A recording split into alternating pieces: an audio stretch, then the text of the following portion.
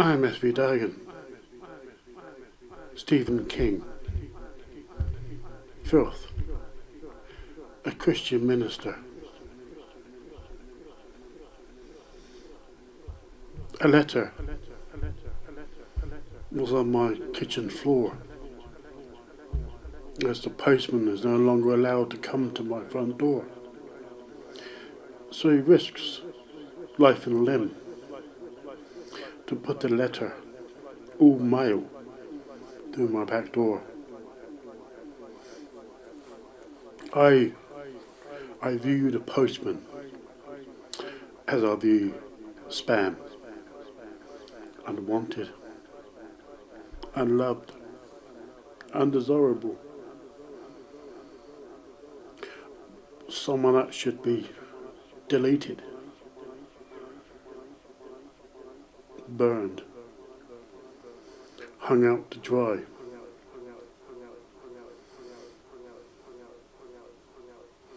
It was early in the morning, before 8 o'clock.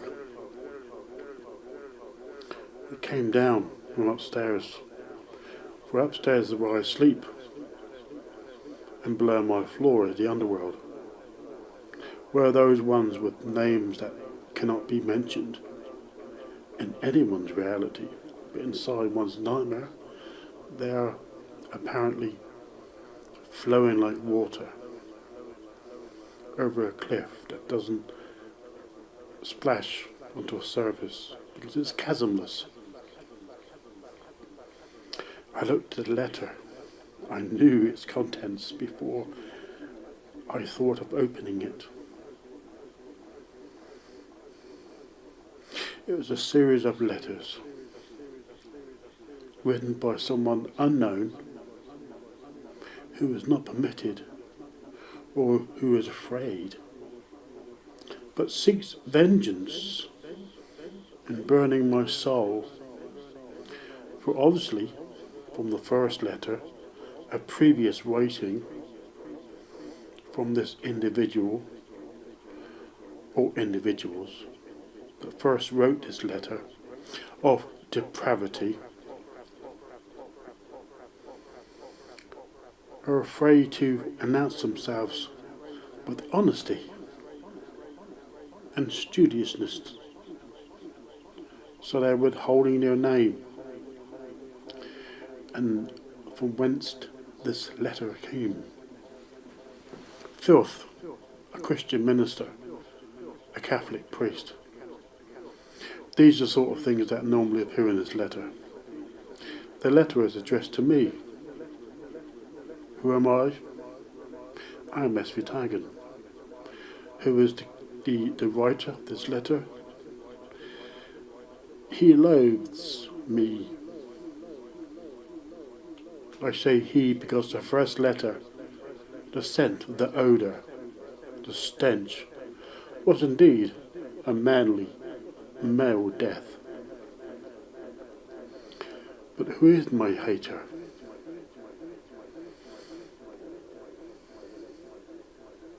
And does my name, S.V. Dagan, have a meaning?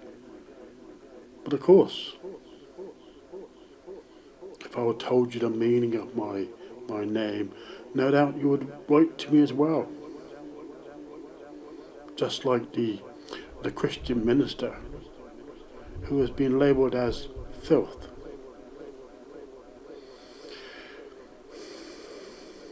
I walk up to my kitchen table because from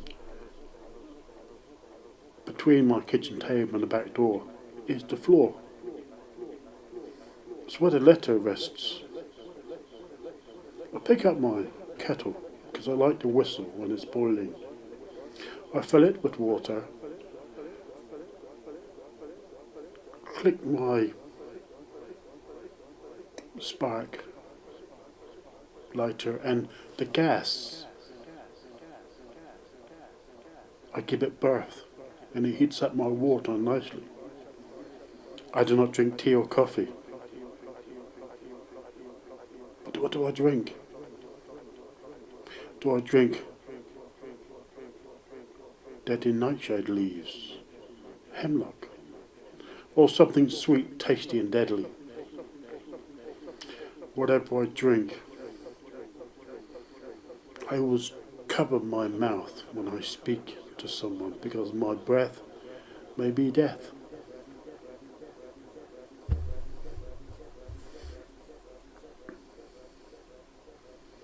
So I place a substance in my cup where the life I've given that boiled my water inside my kettle I now pour, and steam arises. For this is hot, just like a creature. It could be an imp that dwells upstairs in my loft, or a demon that's in the underworld. Often leaves, departs the underworld to enter into my home. For this could be a servant. It is not an enemy. Or it could be a creature that I've ensnared and commanded to do my bidding. If not, I shall vaporize it before a second thought appears.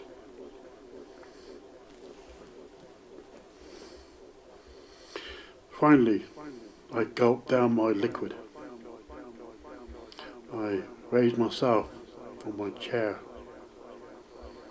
walk over gingerly, bend down and pick up the envelope, knowing full well what the contents of this envelope is. And never attacking my person because my hater, my loather, my executioner, my judge, my jury, my Christian minister, my filth, Stephen King. These are characters, but whose reality are they from? But as I sit back down, not on the chair in my kitchen, but the leather Victorian armchair, studded on the sides to keep the leather down, is cold but comforting. My rooms are red, just like Macabre. As in the mask of the Red Death, or she who has become an adulteress is locked within the cage of torture, in the pit, by Edgar Allan Poe. As the bird of flight, with talons of razor-sharp daggers, wrenches at the woman of betrayal, in the mask of the Red Death. I unseal this, because it's not licked with a tongue of liquid, it's sealed with a stamp. Many would consider it to be wax, but it's red.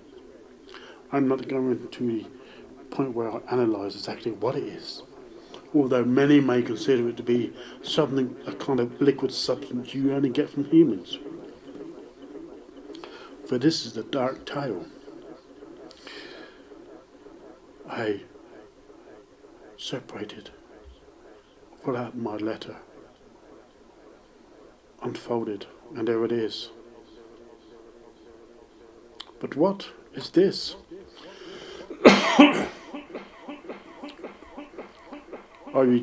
I cough to clear my throat. For I'm about to read the contents of the letter to you. It goes on to say, Dear Thing, as you know now, as this the second letter of the one before, part 2 you could say, and other letters will be sent to you, quite simply is an understanding of you, I've seen you, you have not seen me, and you are considering me to be a man, but because the first letter and the envelope contained no female scent whatsoever, which was intriguing and intelligent on my part, because I wanted to mislead you, which I believe I had, but now in the second letter are sprinkled scent, perfume onto it. So now you think I'm a woman. Who knows? Who cares? So, you who has received this letter, I loathe you. You're a Christian minister. Filth. Stephen King. I would like to take a razor to you, a bath of sulfuric acid. But you have something around you that keeps me at bay, so to speak. I have a good idea what you are and who you are, but I'm unsure. I don't want to risk asking others because they might think I'm a lunatic. You have hooded creatures around you, many, some with green, some with red eyes.